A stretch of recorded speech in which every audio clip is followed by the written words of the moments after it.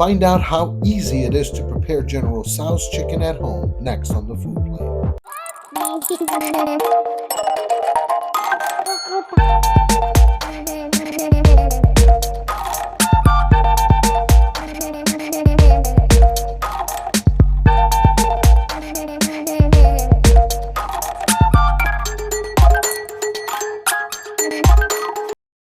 General Tso's chicken as we know it in the US, crispy fried chicken chunks coated in a sweet, tangy, and slightly spicy sauce, is virtually unknown in mainland China. The dish isn't traditionally Chinese.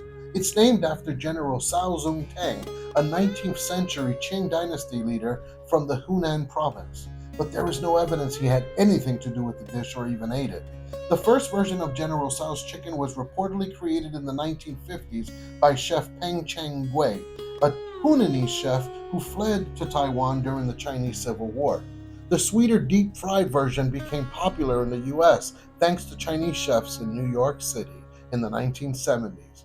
It was modified to suit American taste.